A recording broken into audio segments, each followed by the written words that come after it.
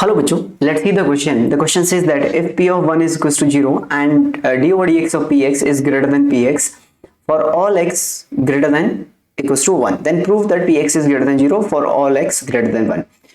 यहाँ पर बच्चों अपने पास डिफरेंशियल इक्वेशन क्या दे रखी है, अपने पास d over dx of p of x is greater than p of x दे रखा है. क्लियर?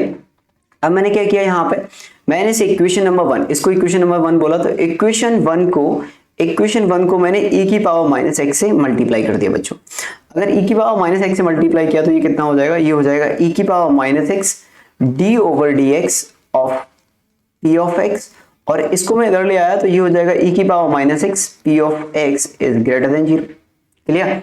नाउ अब आप इसको ध्यान से देखो, ये अगर आपका फर्स्ट फंक्शन है, ये आपका फर्स्ट फंक्शन, तो ये हो गया आपका सेकंड फंक्शन का derivative px D over dx, और ये आपका हो गया सेकंड फंक्शन, और ये आपका हो गया फर्स्ट फंक्शन का डेरिवेटिव. क्लियर? यानी कि ये क्या लिखा है, ये लिखा है d over d x of e की power minus x into p of x is greater than 0. Clear? अगर किसी भी फंक्शन का डिफरेंशिएशन ग्रेटर देन 0 है, इसका मतलब वो कैसा फंक्शन है, इंक्रीजिंग फंक्शन है. यानी कि if F dash X is greater than 0 then F X is strictly increasing. Then F X क्या हो जाएगा, F X is strictly increasing function, strictly increasing function, yes or no, strictly increasing function. तो ये कैसा हो जाएगा, आपका increasing function हो जाएगा. यानी कि e की power minus x into p of x is greater than 0. यानी कि ये क्या हो जाएगा, आपका इंक्रीजिंग फंक्शन हो जाएगा. ये तो कैसा फंक्शन हो जाएगा, तो इसको मैं लिख देता हूं यहाँ पर, P x is a increasing function, is a increasing function. Clear बच्चों? तो ये कैसा फंक्शन हो गया आपका, ये इंक्रीजिंग फंक्शन हो गया.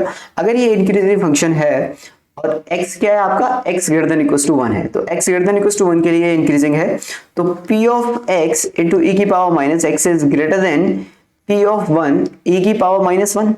से तो बड़ा आएगा ही आएगा, 1 से आगे ये इंक्रीजिंग है तो इससे तो बड़ा आएगा ही आएगा, तो e की पावर माइनस 1. क्लियर?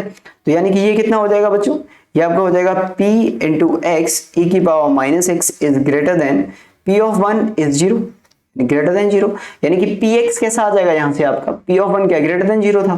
क्लियर? तो ये कैसा हो जाएगा आपका, भाई p ऑफ 1 क्या था, इसको ऐसे लिख लो आप, p ऑफ 1 अपॉन e लिख लो. अब उसने बोला p ऑफ 1 क्या है 0, तो ये 0 लिख दो यहाँ पे. तो ये कितना हो गया, p of x into e की power minus X is greater than 0. e की power minus X is always positive, ये तो ऑलवेज पॉजिटिव, e की पावर माइनस एक्स तो हमेशा ही पॉजिटिव होता है, तो ये तो हमेशा पॉजिटिव हो गया. तो इसका मतलब क्या हो गया, px को भी क्या होना पड़ेगा, फिर पॉजिटिव होना पड़ेगा. क्लियर? और यही प्रूव करना था, prove that px is greater than 0, यही प्रूव कर दिया. ओके, आई होप आपको समझ में आया होगा. Good luck.